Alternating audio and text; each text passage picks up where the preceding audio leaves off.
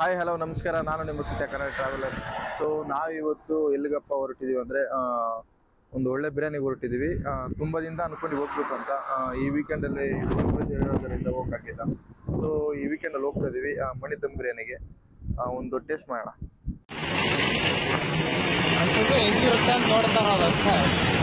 ನಾನು ಮನೆ ತಿನ್ನೋಣ ಅಂತಾನೆ ಬಂದಿದ್ದು. ಇದೇ ಫಸ್ಟ್ ಇದ್ರೆ ಲಾಸ್ಟ್ ಆಗೋದು ಬರಲ್ಲ.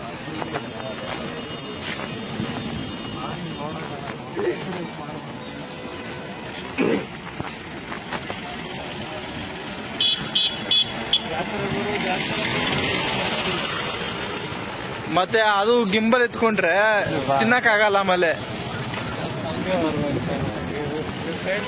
ಅಣ್ಣ ಬರ್ದು ಸೇಫ್ ಕೊಡ್ರು. ಸಾಲಾಗಿ ಬನ್ನಿ, ಟೋಕನ್ ಕೊಡ್ತಾರೆ. ಸೊ ಇಲ್ಲಿ ಸಾಲಾಗಿ ನಾವು ಹೋಗೋಷ್ಟೊತ್ತಿಗೆ ಸುಮಾರು ಒಂದು ಹಾಫ್ ಅನ್ ಅವರ್ ಆಗುತ್ತೆ. ಸೊ ಬಿರಿಯಾನಿ ಟೇಸ್ಟ್ ಮಾಡಿಸೋತ್ತಿಗೆ ಒಂದು 2 ಅವರ್ ಆಗ್ಬೋದು. ಸೊ ಈ ಜನದಲ್ಲಿ ನಾವು ಬಂದು ನಿಂತ್ಕೊಂಡು ಕಾಲೆಲ್ಲ ನೋವು ಬಂದು ಆ ಬಿರಿಯಾನಿಗೆ ಯಪ್ಪ ಈ ಲೆವೆಲಲ್ಲಿ ಬಿರಿಯಾನಿಗೆ ಬರ್ತಾನಂತ ನಾನು ನಿಜ ಅನ್ಕೊಂಡಿರ್ಲಿಲ್ಲ. ಸೊ ನೋಡೋಣ ಮುಂದೆ. ನಾನು ಕೇಳಲ್ಲ.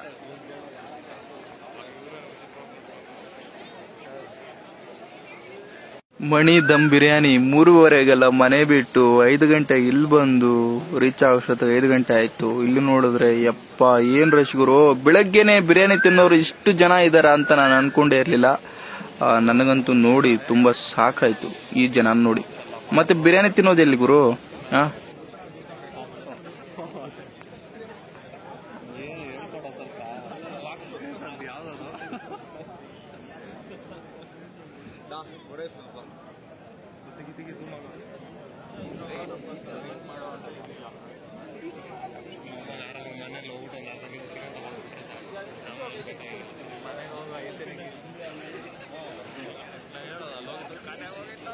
ಅಬ್ಬಬ್ಬಬ್ಬಬ್ಬಬ್ಬ ಏನ್ ಜನ ಗುರು.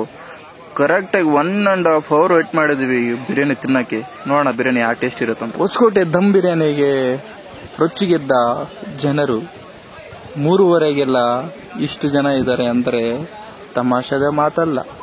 ಸೊ ಪಾಯಿಂಟ್ ಈಸ್ ಏನಪ್ಪಾ ಅಂದ್ರೆ ನಾವು ತುಂಬಾ ದೂರಿಂದ ಬಂದಿದ್ದೀವಿ, 120 ಕಿಲೋಮೀಟರ್ಸಿಂದ. ಒಂದು ಬಿರಿಯಾನಿಗೆ ಸುಮಾರು ಒಂದು 2 ತಾಸು ನಾವು ವೇಟ್ ಮಾಡಿದ್ವಿ. 2 ಅವರ್ ವೇಟ್ ಮಾಡಿದಂದ್ರೂ ನಮಗೆ ಬಿರಿಯಾನಿ ಸಿಗ್ತಾ ಇಲ್ಲ. ಆ ಕ್ಯೂಯಲ್ಲಿ ನಿಂತ್ಕೊಂಡು ಕಾಲೆಲ್ಲ ನೋವು ಯಪ್ಪ ಬೇಡ ಗುರು. ಈ ಬಿರಿಯಾನಿಗೆ 3:30ಗೆಲ್ಲ ಎದ್ದು ಫ್ರೆಶ್ ಅಪ್ ಆಗಿ ಬಂದ್ವಲ್ಲ ತಿನ್ನೋಣ ಅಂತ. ಏನ್ ಟೇಸ್ಟ್ ಅಂತ ನೋಡೇ ಬೇಡ. ಯಾಕಂದ್ರೆ ಇದು ಸೆಕೆಂಡ್ ಟೈಮ್. ನಾನು ಫಸ್ಟ್ ಟೈಮ್ ಬಂದಿದ್ದೆ. ಫಸ್ಟ್ ಟೈಮ್ ಬಂದಾಗ ನನಗೆ ಸಿಗ್ಲಿಲ್ಲ ಬಿರಿಯಾನಿ, 8 ಗಂಟೆಗೆಲ್ಲ ಕ್ಲೋಸ್ ಆಗಿತ್ತು. ಸೊ ಈಗ 3:30ಗೆಲ್ಲ ಬಂದಿದ್ದೀನಿ. ನೋಡೋಣ ಯಾವ ತರ ಟೇಸ್ಟ್ ಇರುತ್ತೆ ಅಂತ. 3 ಪಾತ್ರೆ ಇದೆ ಗುರು. 3 ಪಾತ್ರೆನೂ ಬಿರಿಯಾನಿನೇನಾ? ಅಮ್ಮು ಏನು ದೊಡ್ಡ ದೊಡ್ಡ ಪಾತ್ರೆನಪ್ಪ ಸ್ವಾಮಿ. ಸೊ ಈಗ ಬಿರಿಯಾನಿ ಪ್ಲೇಟಿಗೆ ಬರ್ತಾ ಇದೆ, ಗಮ್ ಅಂತಿದೆ. ಬಿರಿಯಾನಿ ಮಾತ್ರ ಫುಲ್ ದಮ್ ಆಗಿದೆ. ಸೊ ಆ ದಮ್ ಬಿರಿಯಾನಿನ ನಾವು ಒಂದು 3:30ಗೆ ತಿಂತಿದ್ರೆ ಆ ಲೆವೆಲ್ಲೇ ಬೇರೆ. ಇಷ್ಟೊತ್ನಲ್ಲ ಅಲ್ಲ ನಿದ್ದೆಗಿಟ್ಟು ಬರ್ತಾರಲ್ಲ ಗುರು ಬಿರಿಯಾನಿಗೆ. ಶಾಕ್ ಆದೆ ಸೀರಿಯಸ್ಲಿ. ಯಾಕಂದ್ರೆ ನಾನಿದ್ದೆ ಫಸ್ಟ್ ಟೈಮ್ ಬರ್ತಿರೋದು. ಬಿರಿಯಾನಿ ತಿಂತಾ ಇದ್ದೀವಿ. ಆಹಾ ಏನ್ ಗಮ್ ಅಂತಿದೆ ಗುರು ಬಿರಿಯಾನಿ ಮಾತ್ರ. ನೋಡಿ ಇಷ್ಟು ಜನ ಇದ್ದಾರೆ. ನಾನೊಂದು ಪೀಸ್ ತಿಂತಾ ಇದ್ದೀನಿ. 1 ನಿಮಿಷ. ಓಕೆ ಓಕೆ ಓಕೆ ಬಿರಿಯಾನಿ ತಿಂದಾಯ್ತು. ಒಂಚೂರು ಒಂದು ಪೀಸ್ ತಿಂದಾಯ್ತು, ಬಿರಿಯಾನಿ ಇನ್ನೂ ತಿಂದಿಲ್ಲ.